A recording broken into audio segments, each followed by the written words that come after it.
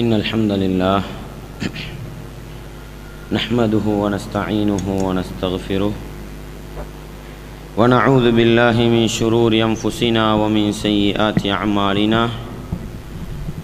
من يهده الله فلا مضل له ومن يضلل فلا هادي له وأشهد أن لا إله إلا الله وحده لا شريك له وأشهد أن محمدًا عبده ورسوله يا أيها الذين آمنوا اتقوا الله حق تقاته ولا تموتن إلا وأنتم مسلمون يا أيها الناس اتقوا ربكم الذي خلقكم من نفس واحدة وخلق منها زوجها وبث منهما رجالا كثيرا ونساء واتقوا الله الذي تساءلون به والأرحام إن الله كان عليكم رقيبا يا أيها الذين آمنوا اتقوا الله وقولوا قولا سديدا يصلح لكم أعمالكم ويغفر لكم ذنوبكم ومن يطع الله ورسوله فقد فاز فوزا عظيما أما بعد فإن أصدق الحديث كتاب الله وخير الهدي هدي محمد صلى الله عليه وسلم وشر الأمور محدثاتها وكل محدثة بدعة وكل بدعة ضلالة وكل ضلالة في النار வார்த்தைகளில் சிறந்தது வல்லவன் ரஹ்மானின் வார்த்தை என்றும் நடைமுறைகளில் சிறந்தது நபிகளார் ஸல்லல்லாஹு அலைஹி வஸல்லம் அவர்களுடைய வாழ்க்கை வழிமுறை என்றும் அவர்களுடைய வாழ்க்கை வழிமுறைகளுக்கு பின்னால் மார்க்கத்தில் புதிதாக புகுத்தப்பட்டவைகள் கர்மங்களிலே மிக மோசமானவைகள் பிதஅத்துகள் எல்லா பிதஅத்துகளும் வழிகேடுகள் எல்லா வழிகேடுகளும் மனிதனை நரகத்துக்கு இட்டுச் செல்லும் என்று சொன்னவனாக இச்சொற்பொழுவை ஆரம்பிக்கின்றேன். அன்பார்ந்த இஸ்லாமிய சகோதரர்களே, தாய்மார்களே, சகோதரிகளே, ஒரு இஸ்லாமிய குடும்பம் அமைய வேண்டுமாக இருந்தால், ஒரு இஸ்லாமிய குடும்பத்தை கட்டியெழுப்ப விரும்புகின்ற ஒவ்வொரு முஸ்லீமும் என்ன செய்ய வேண்டும், எந்த அடிப்படையில் தன்னுடைய வாழ்க்கையை ஆரம்பிக்க வேண்டும், எந்த அடிப்படையில் இல்லறத்தில் ஈடுபட்டு தனக்கு வருகின்ற சந்ததியை எப்படி தேர்வு செய்ய வேண்டும், சந்ததிகளை பெற்றவர்கள் அந்த பிள்ளைகளை எப்படி வழிநடாத்த வேண்டும் என்பது சம்பந்தமான ஒரு சில விடயங்களை நாங்கள் நேற்றும் முந்தநாள் தினமும் பார்த்திருக்கின்றோம். அன்பார்ந்த இஸ்லாமிய சகோதரர்களே, தாய்மார்களே, சகோதரிகளே, ஒரு இஸ்லாமிய குடும்பத்தில் மிக பிரதானமானவர்கள் கணவன் மனைவி என்ற அந்த உறுப்பினர்களோடு, அதற்கு அடுத்த கட்டம் அந்த கணவனுக்கும் மனைவிக்கும் கிடைக்கின்ற பிள்ளைகள் என்பதோடு, அந்த பிள்ளைகள் வளர்ந்து வருகின்ற பொழுது அந்த பிள்ளைகள் குடும்ப வாழ்க்கையிலே சந்திக்கின்ற மிக முக்கியமான பிரிக்க முடியாத ஒரு உறவுதான் பெற்றோர்கள் என்று சொல்லப்படுகின்ற அந்த உறவு. அன்பார்ந்தவர்களே, இஸ்லாமிய சகோதரர்களே, சுருக்கத்தில் சொல்வதானால் இந்த மூன்று கட்டத்தவர்களும் சேர்ந்ததுதான் ஒரு குடும்பம், ஒரு இஸ்லாமிய குடும்ப கட்டமைப்பு என்று சொல்லலாம். அதற்கு பக்கத்தில் குடும்ப உறவுகள் என்பது விசாலமான ஒரு பகுதி. ஒரு இஸ்லாமிய குடும்பத்துக்குள் மிக பிரதானமாக உள்வாங்கப்படுகிறவர்கள்தான் இந்த மூன்று கட்டத்தை சார்ந்த சாரார் என்று சொல்லலாம். நாங்கள் அதிலே இரண்டு சாராரை பற்றி பார்த்து விட்டோம். அதில் மூன்றாவது சாரார் தான் பெற்றோர்கள் என்று சொல்லப்படுகின்ற பிள்ளை குட்டிகள் சந்திக்கின்ற உறவுகள். அன்பார்ந்தவர்களே, இஸ்லாமிய உறவுகளே, ஒரு குடும்ப வாழ்க்கை மகிழ்ச்சிகரமானதாக, ஒரு குடும்ப வாழ்க்கை சந்தோஷமானதாக, ஒரு குடும்ப வாழ்க்கை இஸ்லாமியமயப்பட்டதாக, ஒரு குடும்ப வாழ்க்கை மறுமை வெற்றியை நோக்கி பயணிக்கின்ற ஒரு குடும்ப வாழ்க்கையாக அமைய வேண்டுமாக இருந்தால் பெற்றோர்களுக்கும் பிள்ளைகளுக்கும் இடையிலான உறவு முறைகள், தொடர்புகள் சரியானதாக இருக்க வேண்டும். இல்லை என்று சொன்னால் அதிலே உலகத்திலும் பிரச்சனையானதாக, உலகத்திலும் நிம்மதி இல்லாததாக மாறி மறுமையில் மிகப்பெரிய ஒரு தோல்வியை கொண்டு வரக்கூடிய நிலையை நாங்கள் நடத்துகின்ற குடும்ப வாழ்க்கைகள் என்ன செய்யலாம், ஏற்படுத்தி விடலாம்.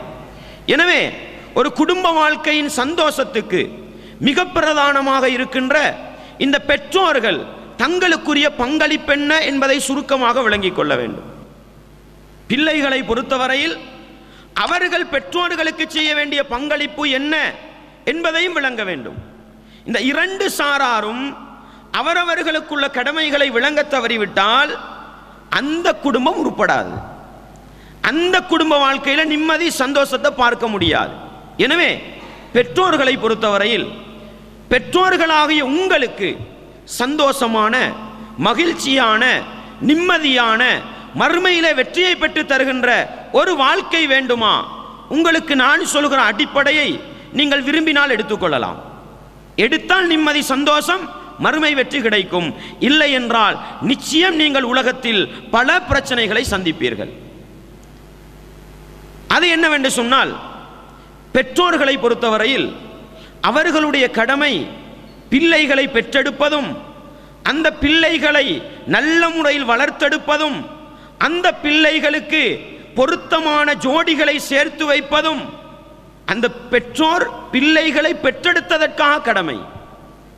அதற்கு மேலாக நீங்கள் ஒரு சில மேலெண்ணங்களும் ஒரு சில எதிர்பார்ப்புகளையும் வைப்பீர்களாக இருந்தால் அது உங்களுடைய வாழ்க்கையில் பிரச்சனையை கொண்டு வரும். ஒரு பெற்றோராக இருப்பவர்களுக்கு நான் சொல்லித் தருகிறேன், நீங்கள் பிள்ளைகளை பெற்றெடுத்தால் நான் நேற்றைய தினம் சொன்னது போன்று அல்லாஹ்வுடைய உதவியை பெற்றுக்கொண்டு துஆவை நேரடியாக அல்லாஹ்விடத்தில் கேட்டுக்கொண்டு அந்த பிள்ளைகளை ஒழுக்கமுள்ளவர்களாக வாழ வைக்க முயற்சி செய்யுங்கள்.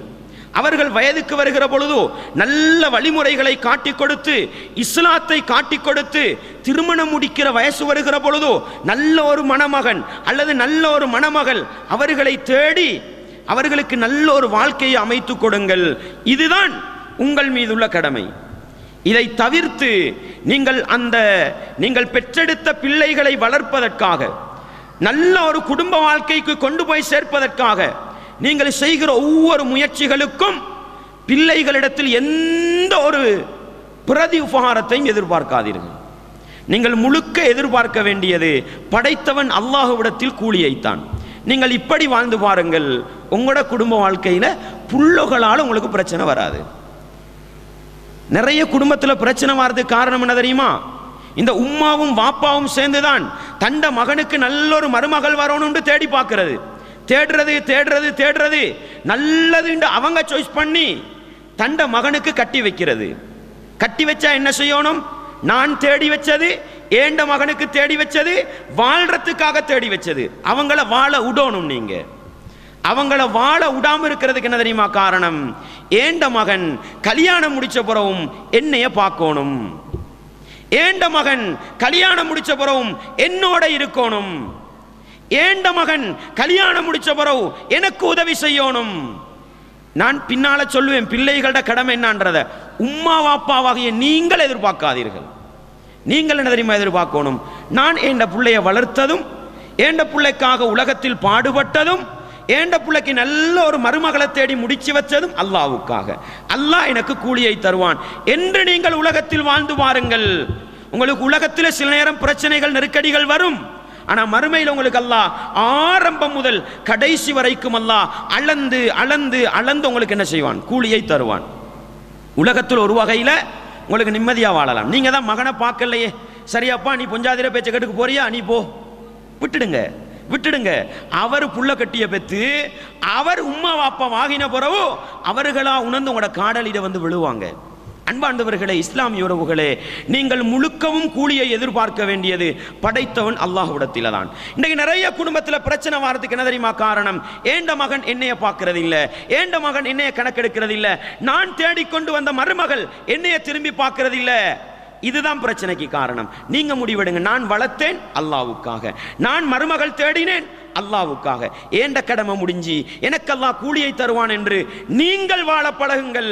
உங்களால உங்களோட மகண்ட வாழ்க்கைக்கு, உங்களால உங்களோட மகளோட வாழ்க்கைக்கு பிரச்சனை வராது. அவங்க சந்தோஷமா வாழ்வாங்க.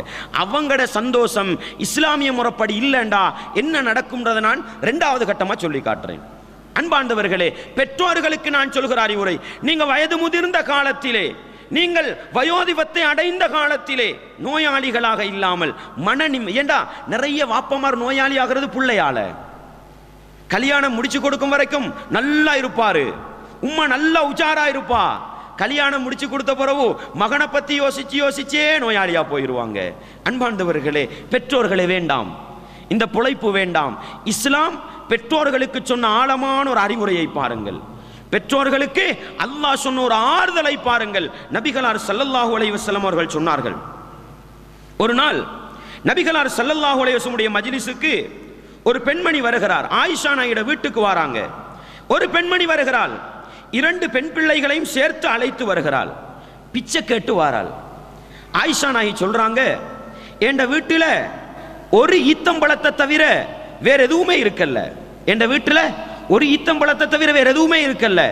2 பொம்பளை பிள்ளைய கூட்டிக்கிட்டு இந்த உம்மா வந்து கை நீட்டி கேட்கிறா, நான் என்ன செஞ்சேன்? எனக்கிட்ட இருந்த ஒரு ஈத்தம்பழத்தை அந்த தாயார்ட கையில கொடுத்தேன். அல்லாஹு அக்பர். அந்த தாயார் என்ன செய்கிறாள்?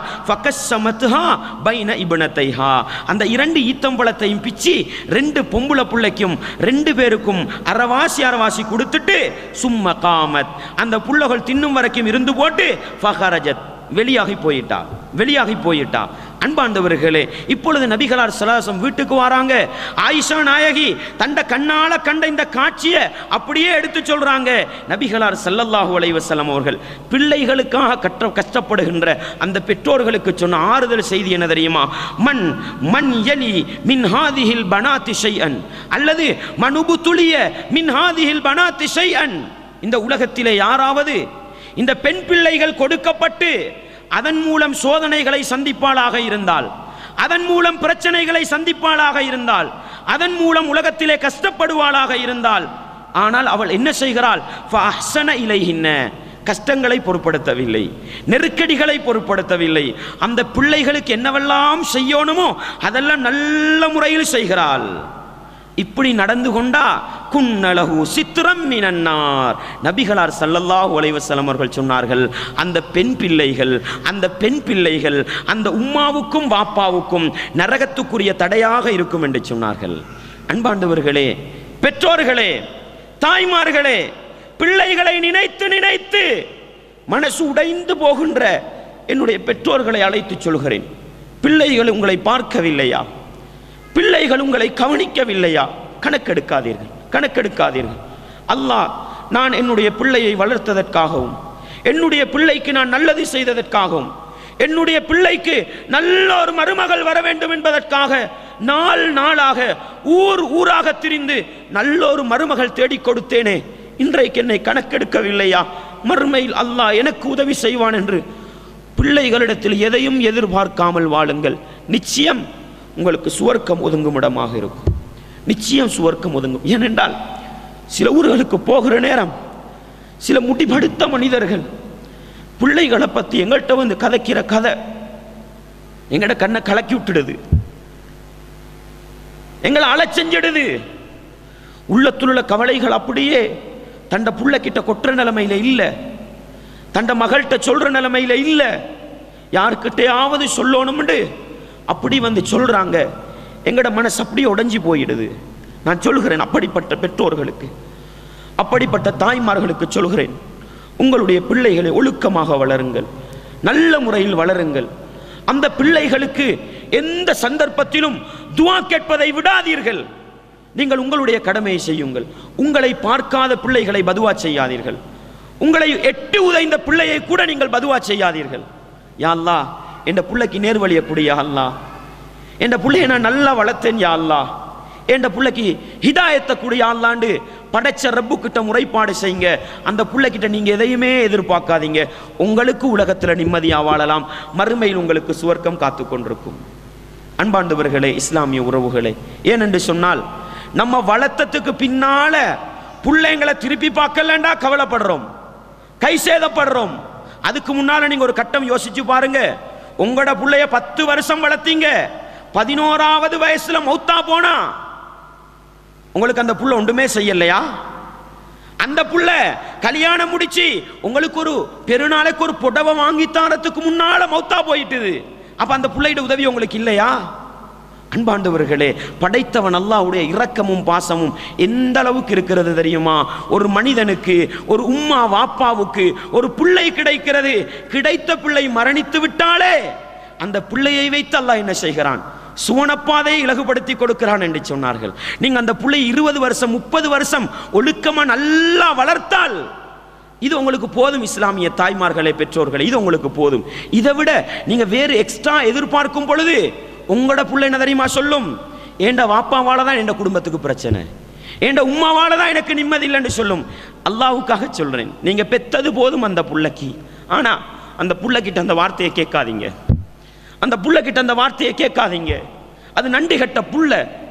அந்த புள்ளைக்கு மறுமையில சுவர்க்கம் கிடைக்குமான்றதை நான் சொல்றேன்.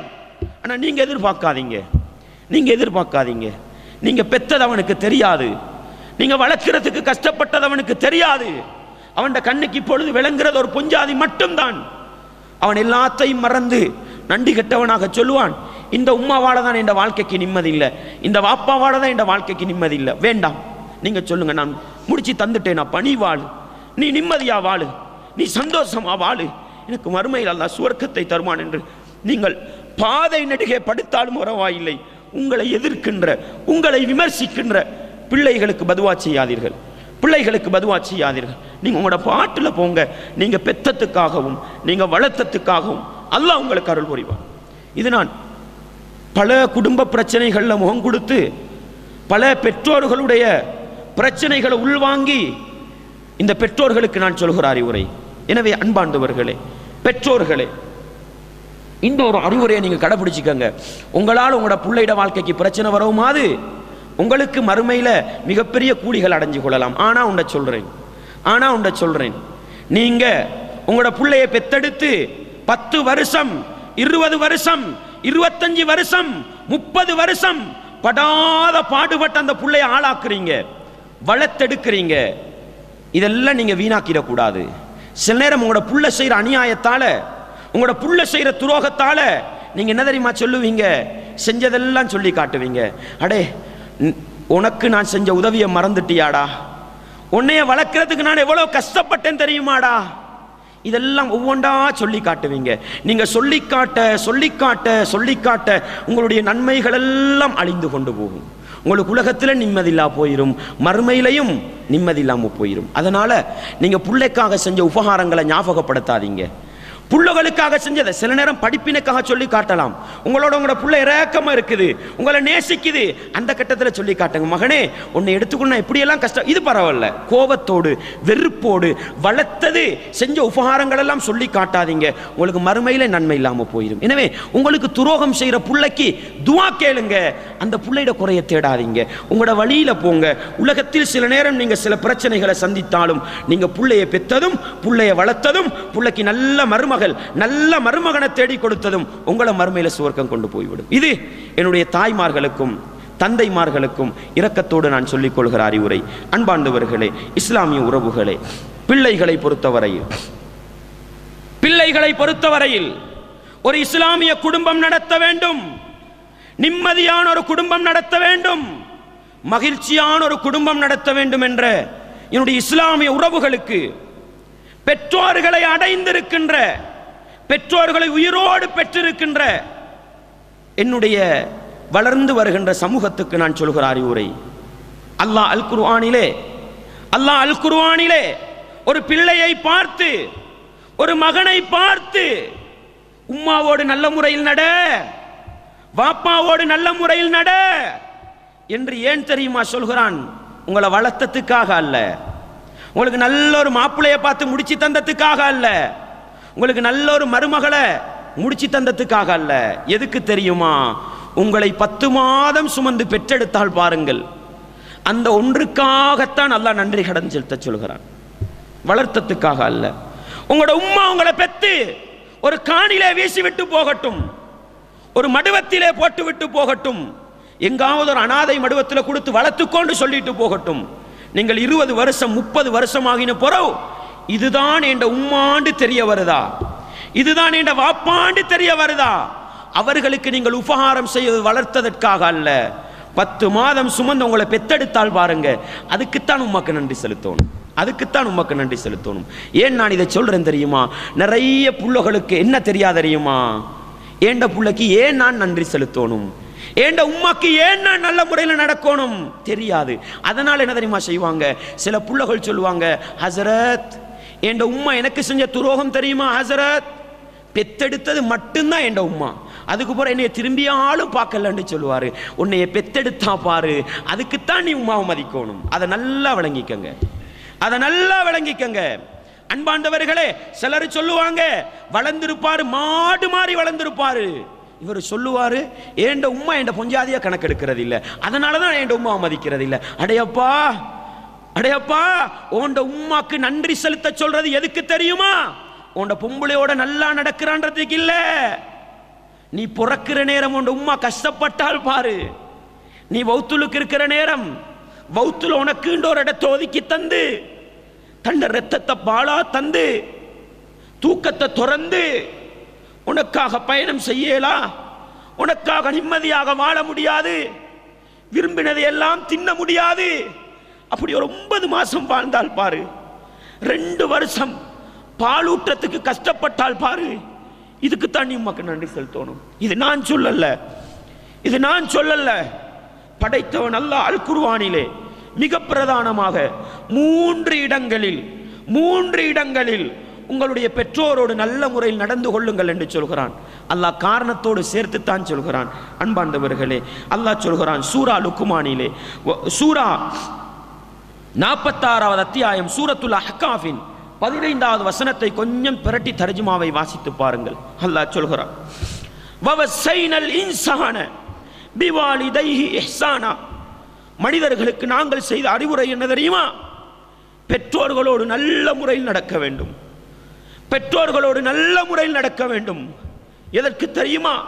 வளர்த்தாள் என்பதற்கல்ல, நல்ல மனைவியை பார்த்து திருமணம் முடித்து தந்தாள் என்பதற்கல்ல. எதற்காக தெரியுமா? ஹமலத்துஹு உம்முஹு குர்ஹன் வவதஅத்துஹு குர்ஹா. அல்லாஹ் சொல்கிறான், உன்ட உம்மா உன்னைய சுமந்தது கஷ்டத்தோட, உன்னைய பெத்தெடுத்தது கஷ்டத்தோட. இதுக்காகத்தான் நீ நல்ல முறையில் நடக்கணும், இதுக்காகத்தான் நீ நல்ல முறையில் நடக்கணும். அன்பாண்டவர்களே, சூரா லுக்மானிலே அல்லாஹ் சொல்கிற பொழுது எப்படி சொல்லி காட்டுகிறான்? வவஸைனல் இன்சான பிவாலிதை, நாங்கள் மனிதர்களுக்கு அறிவுரை சொன்னோம், மனிதர்களுக்கு நாங்கள் புத்திமதி சொன்னோம், அவர்களுடைய பெற்றோர்களோடு நல்ல முறையில் நடக்க வேண்டும் என்று. எதற்கு தெரியுமா? ஹமலத்துஹு உம்முஹு வஹனன் அலா வஹனின்.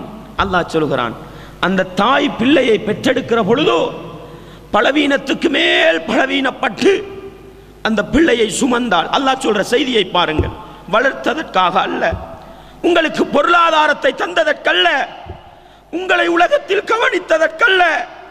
எதற்கு தெரியுமா? நீங்கள் 9 மாசம் உங்களுடைய தாயின் கற்பறையில் இருக்கிற பொழுது உங்களுடைய தாய் பட்ட கஷ்டம், பலவீனத்துக்கு மேல் பலவீனப்பட்டால், பலவீனத்துக்கு மேல் பலவீனப்பட்டால், அதற்கு பிறகு உங்களை பெற்றெடுத்த பிறகாவது சும்மா இருந்தாளா? அல்லாஹ் சொல்கிறான், வஃபிசாலுஹு ஃபீ ஆமைன், 2 வருடங்கள் பாலூட்டினாள், 2 வருடங்கள் பாலூட்டினாள். அன்பாண்டவர்களே, தாய்மார்களுக்கு நான் ஒரு செய்தியை சொல்கிறேன். பெற்றெடுத்த பிள்ளையை நெஞ்சோடு அணைத்து பாலூட்டுவதை விட்டுவிட்டு வெளிநாடுகளுக்கு செல்லாதீர்கள், வெளிநாடுகளுக்கு செல்லாதீர்கள். நீங்கள் கூலி தொழில் செய்தாவது பிள்ளைகளுக்கு உங்களுடைய மார்பகத்தில் வாய் வைத்து பாலூட்டுங்கள். அல்லாஹ் சொல்கிறான், உங்களுடைய தாய் 2 வருடம் உங்களுக்கு பாலூட்டினால் பாருங்கள், அதற்கு அந்த தாய்க்கு நன்றி செலுத்துங்கள், அதற்காக அந்த தாயோடு நல்ல முறையில் நடங்கள் என்று படைத்தவன் அல்லாஹ் பெற்றெடுத்ததற்காகவும் 2 வருடம் பாலூட்டியதற்காகவும் தான் அந்த பெற்றோரோடு நல்ல முறையில் நடக்க சொல்கிறான். மறந்து விடாதீர்கள், மறந்து விடாதீர்கள். பல குடும்பங்களில் பார்க்கிறோம், தாய்மார்கள் புறக்கணிக்கப்படுகிறார்கள், தந்தைமார்கள் புறக்கணிக்கப்படுகிறார்கள். அல்லாஹ் எங்களை மன்னிக்க வேண்டும், அல்லாஹ் எங்களை மன்னிக்க வேண்டும். எனவே ஒரு பிள்ளை விளங்க வேண்டிய அம்சம் என்ன தெரியுமா? நான் ஏன் தாயை மதிக்க வேண்டும், நான் ஏன் தாயோடு நல்ல முறையில் நடக்க வேண்டும்? வளர்த்தாள் என்பதற்காக அல்ல, பெற்றெடுத்தாள் என்பதற்காக, தன்னுடைய இரத்தத்தை பாலாக ஊட்டினாள் என்பதற்காக. திருமணம் முடித்தவர்களுக்கு நான் சொல்கிறேன், திருமணம் முடித்தவர்களுக்கு நான் சொல்கிறேன், அன்பாண்டவர்களே, திருமணம் முடித்த பிறகு உங்களுடைய மனைவி தன்னுடைய வயிற்றிலே உங்களுடைய குழந்தையை சுமந்து கொண்டு படுகிற பாடு, உங்களுடைய குழந்தையை சுமந்து கொண்டு படுகிறப்ப நான் சொல்றேன், உங்களோட பொஞ்சாதி கற்பம் தரித்திருக்கிற நேரத்தில் பொஞ்சாதி விட்டு பிரிஞ்சிருக்காதீங்க, பொஞ்சாதி விட்டு பிரிஞ்சிருக்காதீங்க. உங்களோட தாயிட பொறுமதி விளங்கணுமா, உங்களோட பொஞ்சாதிக்கு பக்கத்தில் படுங்க, உங்களோட பொஞ்சாதியோட 9 மாசம் இருங்க, நிச்சயம் உங்களுக்கு உங்களோட உம்மோட பொறுமதி விளங்கும். நான் இந்த வாழ்க்கையில் கண்ட அனுபவத்தை சொல்றேன், நான் இந்த வாழ்க்கையில் கண்ட அனுபவத்தை சொல்றேன். அன்பார்ந்தவர்களே, நான் நினைக்கிறேன் ஒரு ஆண் மகன் தன்னுடைய மனைவி பிரசவ வேதனையினால் 9 மாசம் படுகிற பாட்டை பார்த்துவிட்டு தாயுடைய பெருமதியை விளங்கவில்லை என்றால் அவன் மனுஷனே இல்லை சகோதரர்களே, அவன் மனுஷனே இல்லை. பல்ஹும் அதல், அவன் மிருகத்தை விட கேடுகட்டவன் என்று சொல்ல வேண்டும், மிருகத்தை விட கேடுகட்டவன் என்று சொல்ல வேண்டும். அன்பார்ந்தவர்களே, இஸ்லாமிய உறவுகளே, உங்களோட பொஞ்சாதி 9 மாசம் தின்ற சாப்பாட்டை கொஞ்சம் கற்பனை பண்ணி பாருங்க. நீங்க உங்களோட கட்டில்ல நிம்மதியா கால கைய வீசி குரட்டை விட்டு தூங்குவீங்க. 9 மாசம் உங்களோட பொஞ்சாதிக்கு தூங்கலுமா? நீங்க விரும்பினதெல்லாம் ருசிச்சு சாப்பிடுவீங்க. அசாக்கணம்னு சொல்லுவாங்க. உங்களோட பொஞ்சாதி தின்றது பிலாக்கா, அதுல தான் அவளுக்கு ருசி இருக்குது. அல்லாஹ் அக்பர். ஒரு பொஞ்சாதி படுற கஷ்டத்தை பார்த்துட்டு தன்னை வௌத்துல வச்சு கொண்டு என் உம்மா எவ்வளவு கஷ்டப்பட்டு இருப்பாள் என்பதை புரியலண்டா நீங்க ஆம்புல இல்ல சகோதரர்களே, நீங்க ஆம்புல இல்ல. எனவே நான் சொல்கிறேன், உங்களோட உம்மா உங்களை சுமந்தத்துக்காக நன்றி செலுத்துங்க, உங்களோட உம்மா உங்களை பெத்தெடுத்ததுக்காக நன்றி செலுத்துங்க. அன்பார்ந்தவர்களே, இஸ்லாமிய சகோதரர்களே, எனவே ஒரு தாய்மையை சரியா விளங்குங்க, தாய்மையை விளங்காத குடும்பம் உருப்படியான குடும்பமா இருக்காது. ஒரு தந்தையை விளங்காத குடும்பம் உருப்படியா இருக்காது. நீங்க ஒண்ட விளங்கிக்கங்க. உங்களோட உம்மாவை நீங்க விரட்டுறீங்களா, உங்களோட வாப்பாவை நீங்க உதைக்கிறீங்களா, நிச்சயம் உங்களோட வாழ்க்கையில் அனுபவிப்பீங்க. அன்பார்ந்தவர்களே, இஸ்லாமிய உறவுகளே, எனவே வாப்பாவாக விளங்கி உம்மாவாக விளங்கி சரியா நடந்துக்க. சில நேரம் சில குடும்பத்தில் அப்பாமார் இருப்பாங்க,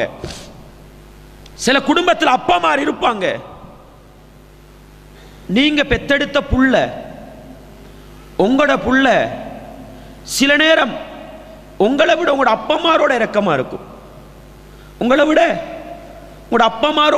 இருக்கும், உங்களோட அப்பா அந்த புள்ளைய தூக்கி கொஞ்சி விளையாடுகிற நேரம், அல்லாஹு அக்பர். அன்பார்ந்தவர்களே, உங்களோட புள்ளைய உங்களோட உம்மா வாப்பமான்னு சொல்லுவோமே, உம்மம்மான்னு சொல்லுவோமே, அவங்க தூக்கி கொஞ்சி விளையாடுற நேரம் கொஞ்சம் சிந்திச்சு பாருங்க, என்னைய ஏண்ட வாப்பா எப்படி தூக்கி கொஞ்சி இருப்பாரு. கொஞ்சம் சிந்திச்சு பாருங்க. வாப்பாமாரை புறக்கணிக்கின்ற, உம்மாமாரை புறக்கணிக்கின்ற என்னுடைய இஸ்லாமிய உறவுகளை அழைத்து சொல்கிறேன், உங்களோட புள்ளைய உங்களோட வாப்பா கையால தூக்கி கொஞ்சிற நேரம் கொஞ்சம் சிந்திச்சு பாருங்க, என்னைய ஏண்ட வாப்பா எப்படி கொஞ்சிருப்பார். அல்லாஹு அக்பர்.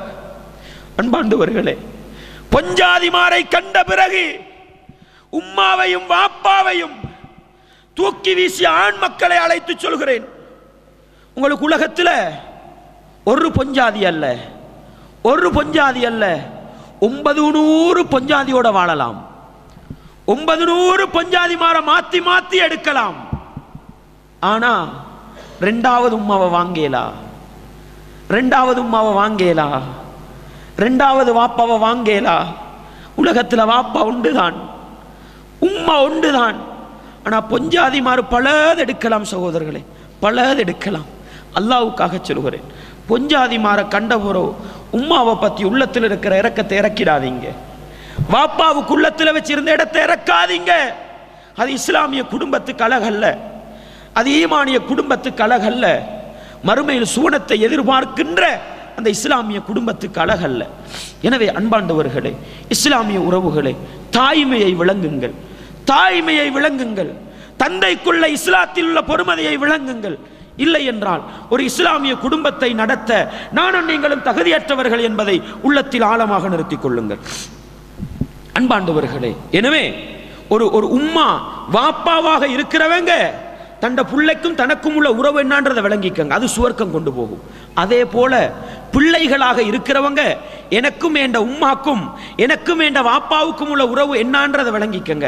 நிச்சயம் இந்த விளப்பம் தான் எங்களை உலகத்தில் உண்மையான ஒரு முஸ்லீமாக, இஸ்லாமிய குடும்ப வரையறையை பேணுகிற முஸ்லீமாக வாழ வைக்கும் என்பதை மறந்து விடாதீர்கள் அன்பாண்டவர்களே. இஸ்லாமிய உறவுகளே, இன்னைக்கு சமூகத்தில் இருக்கிற மிகப்பெரிய பிரச்சனை, சமூகத்தில் இருக்கிற மிகப்பெரிய பிரச்சனை மாமா மாமா அல்லது மாமி மருமகள் பிரச்சனை, மாமி மருமகள் பிரச்சனை. நேற்றைய தினம் பெற்றோர்களுக்கு நான் சொன்னேன், பிள்ளைகளுக்கு அறிவுரை செய்கிற பெற்றோர்களாக இருக்க வேண்டும். உமர் ரலியல்லாஹு அன்ஹு தன்னுடைய மகளுக்கு செஞ்ச அறிவுரை, கணவனோடு எப்படி நடக்க வேண்டும் எடுத்து காட்டினேன் உங்களுக்கு. அன்பாண்டவர்களே, இஸ்லாமிய உறவுகளே, மனைவிமார்களாக வாழுகின்ற பெண்மணிகளுக்கு நான் சொல்லிக்கொள்ள விரும்புகிற ஒரே செய்தி, உங்களுடைய கணவன்மாரை அல்லாஹ்வுக்காக சொல்கிறேன், தாயுடைய விரோதியாக ஆக்காதீர்கள், தந்தையின் விரோதியாக ஆக்காதீர்கள், இரத்த உறவுகளின் விரோதியாக ஆக்காதீர்கள். உங்களுடைய கணவனை முடியுமான அளவுக்கு உன்னுடைய தந்தையை மதிக்கின்ற மகனாக நீரி, உன்னுடைய தாய்க்கு பெருநாளைக்கு சாரி வாங்கி கொடுத்து விட்டாயா, எனக்கிட்ட சல்லி தாப்பா, நான் நல்ல ஒரு சாரி வாங்கி கொடுக்கிறேன் என்று சொல்லுகின்ற மருமகள்மார்களாக இருங்கள். இல்லை என்றால் நீங்களும் நரகம் போவது நிச்சயம், உங்களுடைய கணவனும் நரகம் போவது நிச்சயம் என்பதை மறந்து விடாதீர்கள் அன்பாண்டவர்களே. இஸ்லாமிய உறவுகளே, மருமகனை தாயை விட்டும் பிரித்தெடுத்திருக்கின்ற மாமிமார்களுக்கு நான் சொல்கிறேன், உங்களுக்கு ஒரு மகன் பிறந்திருப்பான், அவனுடைய மருமகள் வந்து உங்களுடைய மகனுக்கு வார மருமகள் இருக்கிறாள் தானே, அவள் உங்களுடைய முகத்துக்கு ஏசினால் உங்களுடைய உள்ளம் எவ்வளவு நோகும் என்று கொஞ்சம் சிந்தித்து பாருங்க. உங்களுடைய மகளுக்கு வருகிற மருமகன் உங்களுடைய கன்னத்துக்கு பலார்ந்து ஒரு அரைஞ்சா எப்படி இருக்கும் கொஞ்சம் சிந்திச்சு பாருங்க. இதே மனநிலையில உங்களோட மகளோட மாமி இருக்கிறாவே, அவ வச்சு பாருங்க. உங்களோட வாழ்க்கையில திருத்தம் வரும், உங்களோட வாழ்க்கையில மாற்றம் வரும் அன்பாண்டவர்களே. உங்களோட மகன் பொஞ்சாதி, உங்களோட மருமகள் உங்களை எதிர்த்தால் உங்களுக்கு எவ்வளவு மனசு நோகும், அதே நிலையில உங்களோட மருமகனை நீங்க நினைச்சு பாருங்க. மருமகன்ட்ட சொல்லுங்க, மருமகனே, ஏண்ட மகளுக்காக உம்மாவை எதிர்க்காதே, ஏண்ட மகளுக்காக உண்ட வாப்பாவை எதிர்க்காதே, நீ உண்ட உம்மாவோட வாப்பாவோட நல்ல இரக்கமாக பாசமாக இருந்து சொல்ற மாமிமாராக இருந்து பாருங்கள். நிச்சயம் உங்களுடைய மருமகன்மார் அவருடைய உம்மா வாப்பாவை மதிப்பாரு, உங்களையும் தலைக்கு மேல வச்சு மதிப்பார். இல்லண்டா இந்த பிரதியீட்டுகள், இந்த பழிவாங்கல்கள் நிச்சயம் நீங்கள் உயிரோடு இருக்கிற பொழுதே சந்திக்கலாம் என்பதை மறந்து விடாதீர்கள்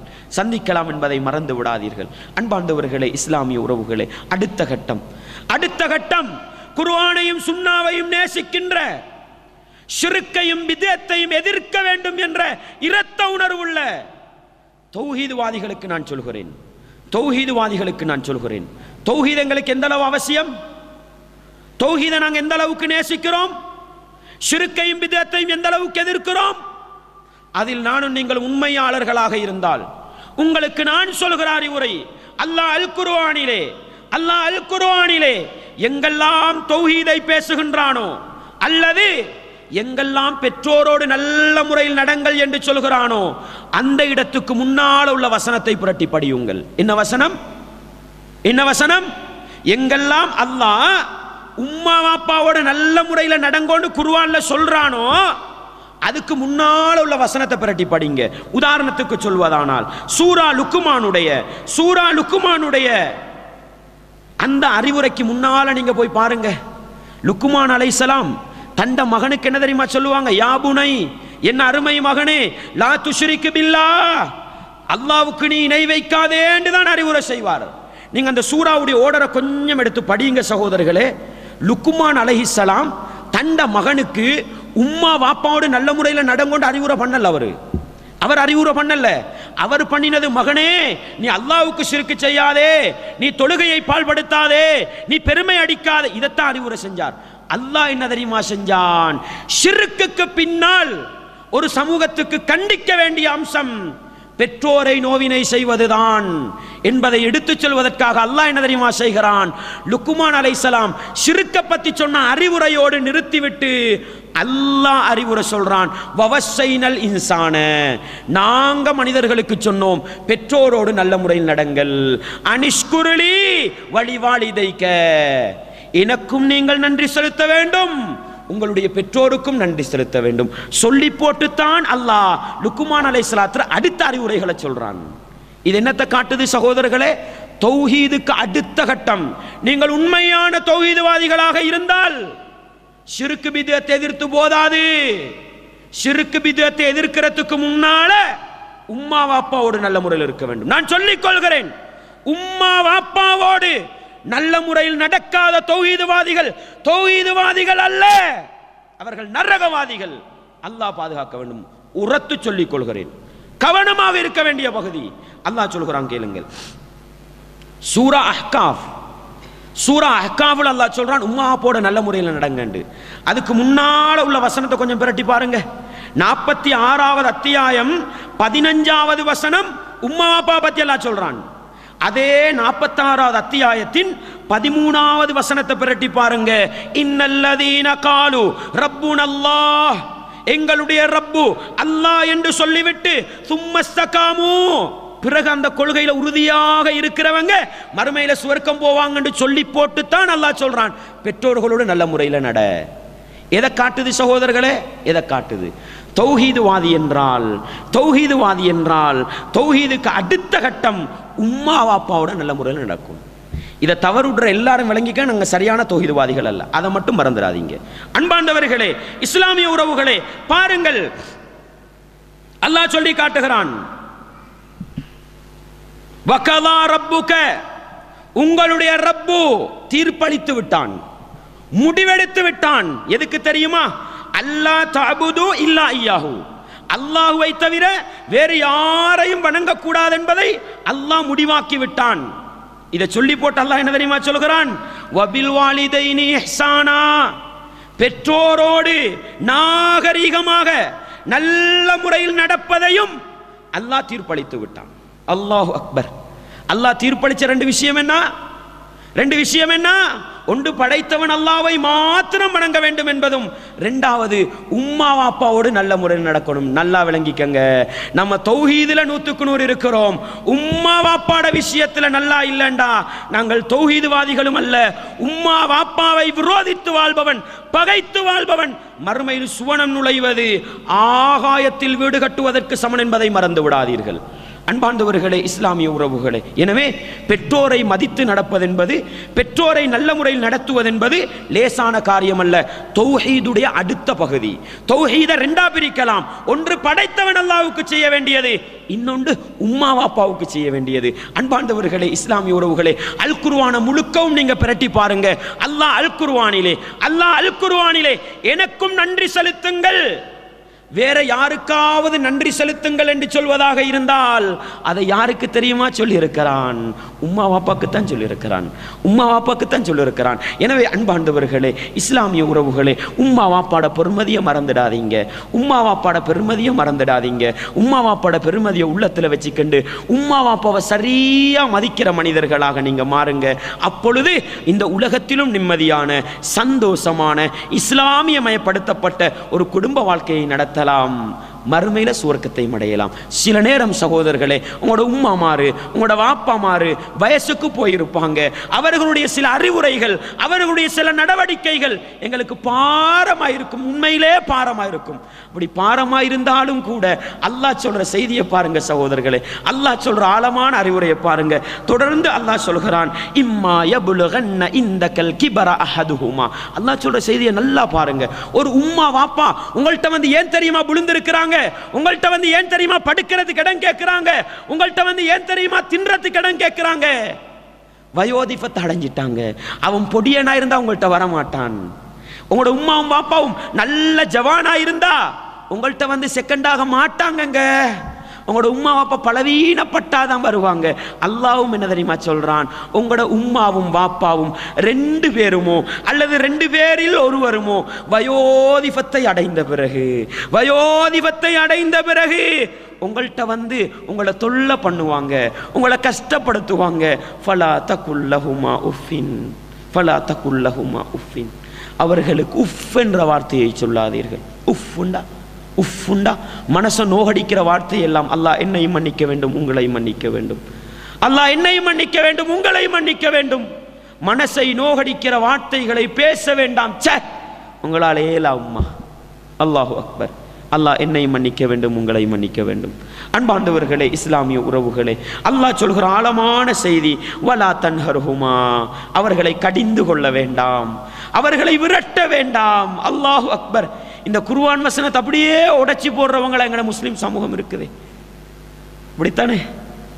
இப்படித்தானே எந்த உம்மா பாப்பாவை அல்லாஹ் விரட்டவானம்னு சொன்னானோ, பொஞ்சாதியை கண்டவுடனே அந்த உம்மா பாப்பாவை விரட்ட சமூகமா எங்கட சமூகம் இருக்குது. அல்லாஹ் சொல்றான், வகுல்லஹுமா கௌலன் கரீமா, அவர்களோடு கண்ணியமாக பேசிக்கொள்ளுங்கள், அவர்களோடு நாகரிகமாக பேசிக்கொள்ளுங்கள், அவர்களோட மனசு நோகிற அளவுக்கு கூட பேசாதீங்கன்னு சொல்றான். அல்லாஹ் என்னையும் மன்னிக்க வேண்டும், உங்களையும் மன்னிக்க வேண்டும்.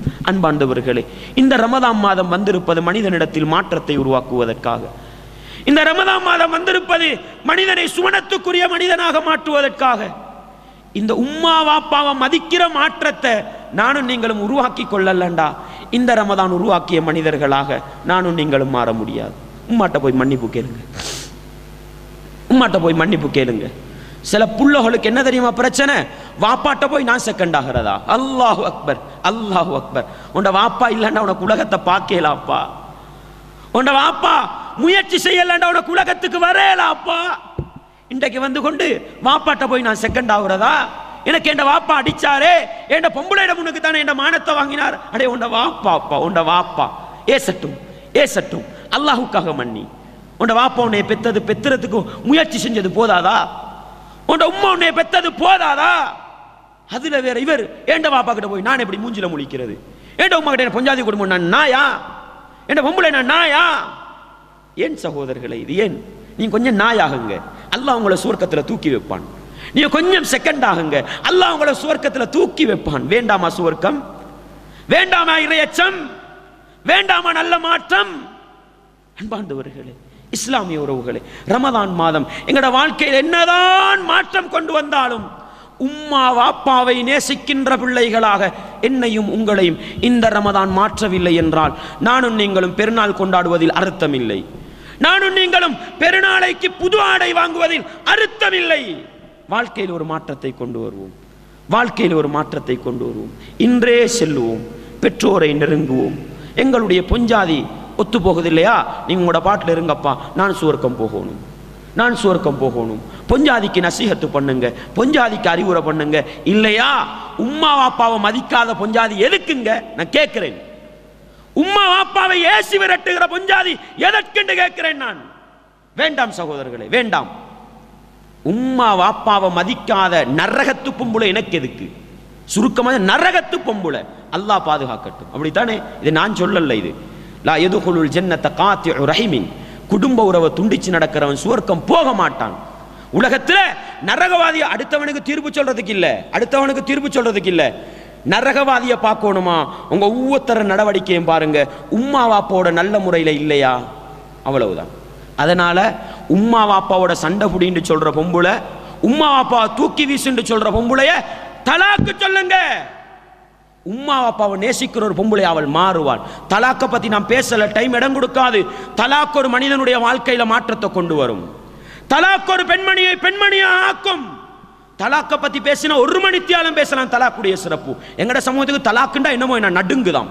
மற்றதெல்லாம் செய்வாங்க. மற்ற அநியாயம், உம்மா கேசணுமா, உம்மாக்கு உதைக்கணுமா, உம்மா விரட்டணுமா, எல்லாம் செய்வாங்க. ஓ தலாக், ஓ அது சொல்லப்படா. அதுல மட்டும் கவனமா இருங்க. தலாக்குல நிறைய மாற்றம் இருக்குது சகோதரர்களே. தலாக் ஒரு பெண்மணியை பெண்மணியாக ஆக்கும். இல்லைண்டா இஸ்லாம் தலாக்க சொல்லாது. அதை தனியே பேசுவோம். எனவே அன்பாண்டவர்களே, இஸ்லாமிய உறவுகளே, உங்களோட பொஞ்சாதிக்கு நசீஹத்து சொல்லுங்க, உங்களோட பொஞ்சாதிக்கு அறிவுரை சொல்லுங்க. கேட்கலையா, நீங்க உங்களோட உம்மாவை போட இந்த ரமதான் என்னை உருவாக்கியது என்று சொல்வதற்கு ஒரு மாற்றத்தை ஏற்படுத்திக் கொள்ளுங்கள். எனவே அன்பார்ந்தவர்களே, இஸ்லாமிய உறவுகளே, இப்படி ஆழமான அறிவுரைகளும் ஆழமான நசீஹத்துகளும் குர்ஆனிலும் சுன்னாவிலும் இருக்கிறது என்பதை நானும் நீங்களும் மறந்துவிடக்கூடாது. அடுத்த கட்டம் பாருங்கள். இந்த உலகத்தில் மனுஷன் வாழ்க்கையில் நிறைய பிரச்சனைகள் இருக்குது, நிறைய நெருக்கடிகள் இருக்குது. நாங்களும் என்ன தெரியுமா சொல்ற, எங்கட உம்மாவோட ஏலாண்டு தான் சொல்றது, எங்கட வாப்பாவோட ஏலாண்டு தான் சொல்றது. நபிகளாருடைய காலத்தில் அபூபக்கர் ரதியானுடைய மூத்த மகள் யார்? அஸ்மா ரதியல்லாஹு அன்ஹா வந்தாங்க. நபிகளாட்ட வந்து சொன்னாங்க, அல்லாஹ்வின் தூதரே, என்னுடைய உம்மா, என்னுடைய தாயார் முஷ்ரிக்கத்தான நிலையில் வந்திருக்கிறாள். அதுவும் எப்படி தெரியுமா? வஹிய ராகிபத்துன், இஸ்லாத்தை வெறுக்கிற நிலையில வந்திருக்கிறாள். இஸ்லாத்தை சிலர் முஷ்ரிக்கா இருப்பாங்க, இஸ்லாத்தை வெறுக்க மாட்டாங்க. ஆனா இவங்களோட உம்மா எப்படி தெரியுமா வந்தாங்க? முஷ்ரிக்கத்தாகவும் இருக்கிறார், இஸ்லாத்தை வெறுத்த நிலையில வந்திருக்கிறார். அல்லாஹுவின் தூதரே, நான் என்ன செய்யணும்னு கேட்டாங்க. அல்லாஹுடைய தூதர் சொன்னார்கள், சிலி உம்மக்கி, நீ உன் உம்மாவோட நல்ல முறையில் நடந்து சொன்னாங்க. அல்லாஹு அக்பர். அன்பார்ந்தவர்களே, இந்த அறிவுரை போதாதா? இந்த நசியத்து போதாதா? படைத்தவன் அல்லாஹ்வுடைய விரோதி, முஷ்ரிக்கு, அப்படித்தானே? அதுலயும் அல்லாஹ்வுடைய மார்க்கத்தை வெறுக்கிறவள் இன்னும் மோசமானவள். அப்படியாக இருந்தாலும் ஒரு தாயை மதிக்கணும். எதுக்கு தெரியுமா? அவள் உன்னை பெற்றெடுத்தாள் என்பதற்காக. நபிகளார் சொன்னாங்க, அஸ்மா ரதியல்லாஹு அவங்கள பார்த்து, ஓண்ட உம்மாவை நீ சேர்ந்து நடக்கணும், ஓண்ட உம்மாவோட நல்ல முறையில். நான் கேட்கிறேன், எங்கட உம்மமார் சிறுக்கு வச்சாங்களா? எங்கட உம்மமார் இஸ்லாத்தை வெறுத்தாங்களா? இல்லை. அப்படித்தானே? எனவே அன்பாண்டவர்களே, அந்த இஸ்லாத்தை வெறுக்கின்ற, அல்லாஹ்வை வெறுக்கின்ற அந்த உம்மாவோடே ரசூலுல்லாஹ் நல்ல முறையில் நடக்க சொன்னாங்கண்டா, எங்கட உம்மாமாரோட எந்த அளவு நல்லா நடக்கணும்னு கொஞ்சம் கேட்டு பாருங்க. அன்பாண்டவர்களே, இஸ்லாமிய உறவுகளே, நண்பர்களுக்கு பின்னால் சுத்தி திரிகின்ற, தோழமைகளுக்கு பின்னால் சுத்தி திரிகின்ற என்னுடைய இஸ்லாமிய உறவுகளுக்கு நான் சொல்லுகிறேன், நபிகளார் ஸல்லல்லாஹு அலைஹி வஸல்லம் அவர்களிடத்தில் வந்து ஒரு நபித்தோழர் கேட்டார், அல்லாஹுவின் தூதரே, இந்த உலகத்திலே நான் அதிகம் தோழமை பாராட்ட வேண்டிய ஒரு நண்பன் யார் என்று கேட்டாங்க, ஒரு தோழமை யார் என்று கேட்டாங்க. அல்லாஹு அக்பர். நபிகளார் சொன்னாங்க, உம்முக, ஓண்ட உம்மான்னு சொன்னாங்க. திருப்பி அவர் கேட்டார், அல்லாஹுவின் தூதரே, இரண்டாவது கட்டம் உம்மாவுக்கு அடுத்தபடியா உலகத்தில் நான் அதிகம் நேசிக்க வேண்டிய, தோழமை பாராட்ட வேண்டிய உறவு என்று கேட்டாங்க. ரசூலுல்லாஹ் இரண்டாவதுன்னு சொன்னாங்க, உம்முக, ஓண்ட உம்மான்னு சொன்னாங்க. அவர் திருப்பி கேட்டார், அல்லாஹ்வின் தூதரே, ஒன்னாவதும் சரி, இரண்டாவதும் சரி, மூணாவது இடத்துல வச்சு தோழமை பாராட்ட வேண்டிய உறவு என்று கேட்டாங்க. நபிகளார் சொன்னாங்க, உம்முகன்னு சொன்னாங்க, ஓண்ட உம்மான்னு சொன்னாங்க. அல்லாஹு அக்பர். அன்பாண்டவர்களே, திருப்பி கேட்டார், அல்லாஹ்வின் தூதரே, 3 கட்டம் சரி அல்லாஹ்வின் தூதரே, நாலாவதாக இந்த உலகத்தில் நான் அதிகம் நேசிக்க வேண்டிய உறவு யாரு? அபூக, உன்னுடைய வாப்பாண்டு சொன்னாங்க. அன்பாண்டவர்களே, வளர்ந்து வருகிற சிறுவர்களுக்கு சொல்கிறேன், உம்மா வாப்பாவை மதிக்காமல் நண்பர்களுக்கு பின்னால் சுத்தித் திரிகின்ற, நண்பர்களுடைய பேச்சை கேட்டுக்கொண்டு உம்மாவையும் வாப்பாவையும் எதிர்க்கின்ற வளர்ந்து வருகிற சமூகத்துக்கு நான் சொல்கிறேன், உங்களோட முதலாவது நண்பன் உம்மா, இரண்டாவது தரத்திலும் உம்மா, மூன்றாவது தரத்திலும் உம்மா, நாலாவது தரம் வாப்பா. வாப்பாவுக்கு பிறகு தான் அடுத்தவங்க. வாப்பாவை மீறி நண்பரை பார்க்காதீங்க, உம்மாவை மீறி பொஞ்சாதிய. கல்யாணம் முடிச்சதுக்கு வாழணும், இல்லண்டா எங்க போய் இருக்கிறது? கல்யாணம் முடிச்சதுக்காக பொம்பளையோட வாழுங்க. ஆனா அந்த உம்மாவை விட என்ன செஞ்சிடாதீங்க, பொம்பளையை நேசிச்சிடாதீங்க. உங்களோட வாப்பாவை விட பொம்பளையை நேசிக்கணும், பொம்பளை கிட்ட அமைதி காணணும். ஆனா இஸ்லாமிய வரையறைகளுக்கு இருக்கணும். பொம்பளையை நேசிக்கிறோம் சொல்லி உம்மாவை அடிக்கிற நேசம் நரகத்துக்கு கொண்டு போகும், வாப்பாவை அடிக்கிற நேசம் நரகத்துக்கு கொண்டு போகும். வாப்பாவை உம்மாவை 3 கட்டத்தில் நேசிப்போம். 4வது கட்டம் வாப்பாவுக்கு, அதுக்கு அடுத்தபடியா உம்மா, அந்த பொஞ்சாதி புள்ள குட்டின்னு என்ன செஞ்சுக்கங்க. உம்மா வாப்பாக்கு மேல யாரையும் நேசிக்காதீங்க. அன்பாண்டவர்களே, இஸ்லாமிய உறவுகளே, அல்லாஹ்வுடைய தூதர் பிறக்கிறதுக்கு முன்னாலே வாப்பாவை இழந்துட்டாங்க. ஆனா பிறந்த 6 வருஷத்துல உம்மாவை இழந்துட்டாங்க. நபிகளாருக்கு எப்ப நபித்துவம் கிடைக்குது? 40 வருஷத்துக்கு பின்னால நபித்துவம் கிடைக்குது. 40 வருஷத்துக்கு பின்னால. அன்பாண்டவர்களே, உம்மாவை கண்டு 6 வயசுல உம்மா மௌத்து. 34 வருஷத்துக்கு பிறகு நபித்துவம் கிடைக்குது. மதீனாவுக்கு எப்ப போனாங்க ரசூலுல்லாஹ்? 53 வயசுல போனாங்க, அப்படித்தானே? அப்ப உம்மா மௌத்தாவி எவ்வளவு காலம்? 53ல இருந்து 6 கழிங்க, 47 வருஷம், அப்படித்தானே? 47 வருஷம் ரசூலுல்லாஹ் மதீனால இருக்கிற நேரம். மதீனாவுக்கு பக்கத்துல தானே உம்மா மௌத்தா போனாங்க, மதீனாவுக்கு பக்கத்துல தானே அடக்கம் செய்யப்பட்டாங்க. பாருங்க, ஒரு நாள் ரசூலுல்லாஹ் ஸல்லல்லாஹு அலைஹி வஸல்லம் அவங்க தண்ட உம்மாட கபருக்கு பக்கத்துல போய் உட்கார்ந்துகிட்டு இருக்கிறாங்க. ரசூலுல்லாஹ் அழுகிறாங்க. நபிகளாருடைய அழுகையை பார்த்த நபித்தோழர்கள் எல்லாம் அழுது விட்டார்கள். நபித்தோழர்கள் கேட்டார்கள், அல்லாஹ்வின் தூதரே, ஏன் உம்மாட கபருக்கிட்ட இருந்துகிட்டு அழுகிறீங்க? ஏன் உம்மாட கபருக்கிட்ட இருந்து அழுகிறீங்க? நபிகளார் சொன்னாங்க, நான் அல்லாஹ் கிட்ட 2 கோரிக்கையை வச்சேன். ஒன்று, என் உம்மாட கபரை தரிசிக்கணும் ஒரு அனுமதி கேட்டேன். அதுக்கெல்லாம் அனுமதி தந்தான். அதனால இந்த இடத்துல உட்கார்ந்துகிட்டு இருக்கிறேன். ஏண்ட உம்மா முஷ்ரிக்கா மௌத்தா போனா, ஏண்ட உம்மாக்கு பாவ மன்னிப்பு கேட்க அனுமதி கேட்டேன். அல்லாஹ் அனுமதி தரல, அதனால தான் அழுகிறேன் சொன்னாங்க. அல்லாஹு அக்பர். ஒரு உம்மாவை எந்த அளவு நேசிக்கணும்ன்றதுக்கு இந்த அளவுகள் போதாதா? அன்பாண்டவர்களே, நானும் நீங்களும் உலகத்தில் வாழ வேண்டும். நபிகளார் மரணித்த பிறகே ஆசைப்பட்டார்கள், என் உம்மாக்கு நான் தௌபா செய்யணும், மறுமையில சுவர்க்கம் போகணும். ஆனா அல்லாஹ் சொல்லிட்டான், அந்த பாக்கியம் இல்லைன்னுட்டான். ஆனா எனக்கும் உங்களுக்கும் உம்மா முஸ்லிம், அப்படித்தானே? என்னையும் உங்களையும் அல்லாஹ் ஒரு முஸ்லிமான உம்மாட வகுத்துல பிறக்க வச்சானே. அந்த உம்மாவையும் வாப்பாவையும் சுவர்க்கத்துக்கு அழைத்து செல்கிற ஒரு பிள்ளையா நாங்க இருக்க கூடாதா? உம்மாவையும் வாப்பாவையும் சுவர்க்கத்துக்கு அழைத்து செல்கிற பிள்ளையா இருக்க கூடாதா? எனவே அன்பார்ந்தவர்களே, நபிகளார் ஸல்லல்லாஹு அலைஹி வஸல்லம் அவங்க உம்மாமாருக்கும் சொன்னாங்க, வாப்பாமாருக்கும் சொன்னாங்க, இதா மாத்தல் இன்சான், ஒரு மனிதன் மரணித்து விட்டால் இன்கதஅ அமலுஹு இல்லா மின் ஸலாஸ், அவனுக்கும் உலகத்துக்கும் இடையிலுள்ள எல்லா தொடர்பும் முடிவடைந்து விடும். 3 தொடர்புகளை தவிர. அதுல ஒன்று என்ன தெரியுமா சொன்னாங்க? அவ்வலதின் சாலிஹின் யதுஉ லஹு என்று சொன்னார்கள். அவ்வலதின் சாலிஹின் யதுஉ லஹு என்று சொன்னாங்க. உம்மாவுக்கும் வாப்பாவுக்கும் சொன்னாங்க, நீங்க உங்களோட புள்ளைய விட்டுட்டு போகணும், உங்களோட மௌத்துக்கு பின்னால துஆ செய்கிற புள்ளைகளா விட்டுட்டு போகணும். துஆ செய்கிற பதுவா செஞ்சு உங்களோட புள்ளைய நாசமாக்கிடாதீங்க. உங்களோட புள்ளைக்கு பதுவா செஞ்சு அவனை நரகவாதி ஆக்கிடாதீங்க.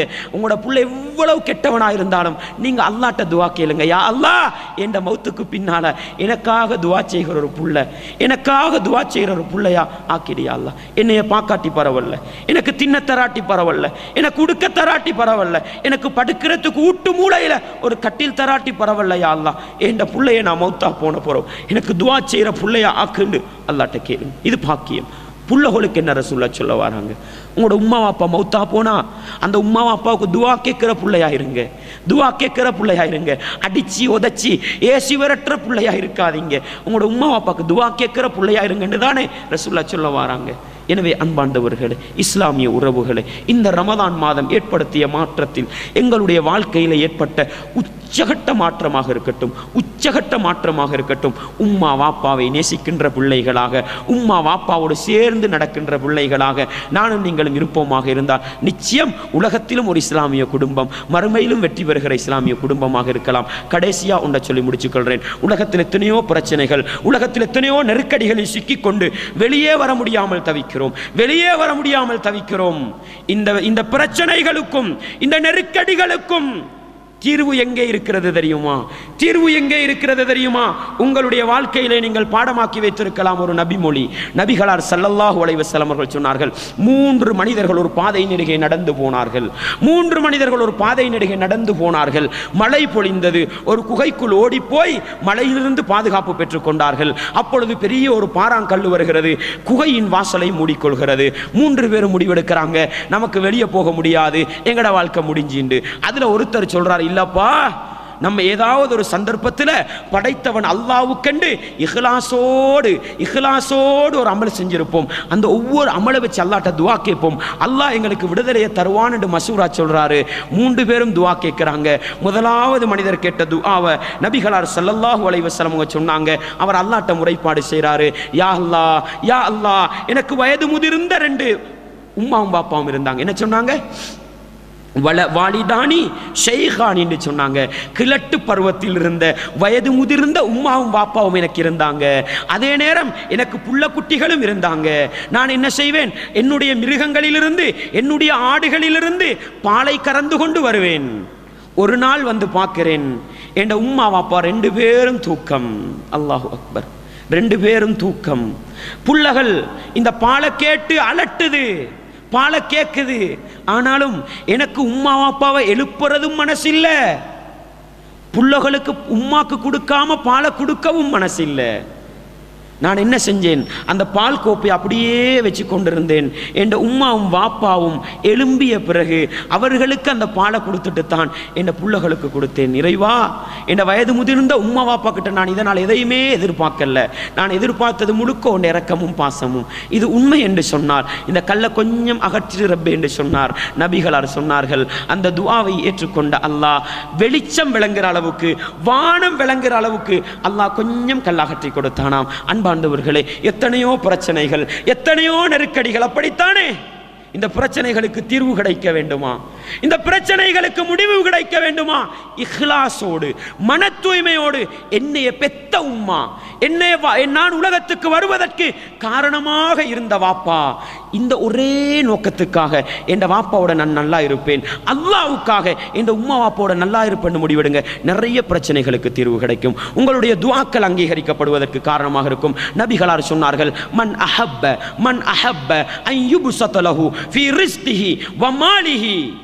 நபிகளார் சொன்னார்கள், யார் தன்னுடைய பொருளாதாரம் வளர வேண்டும், தன்னுடைய ரிஸ்க் வளர வேண்டும், தனக்கு இந்த உலகத்தில் பரக்கத்தான வாழ்க்கை கிடைக்க வேண்டும் என்று விரும்புகிறாரோ, ஃபல் யஸில் ரஹிமஹு, அவர் தன்னுடைய குடும்ப உறவை, தன்னுடைய இரத்த உறவை சேர்ந்து நடக்கட்டும் என்று சொன்னாங்க.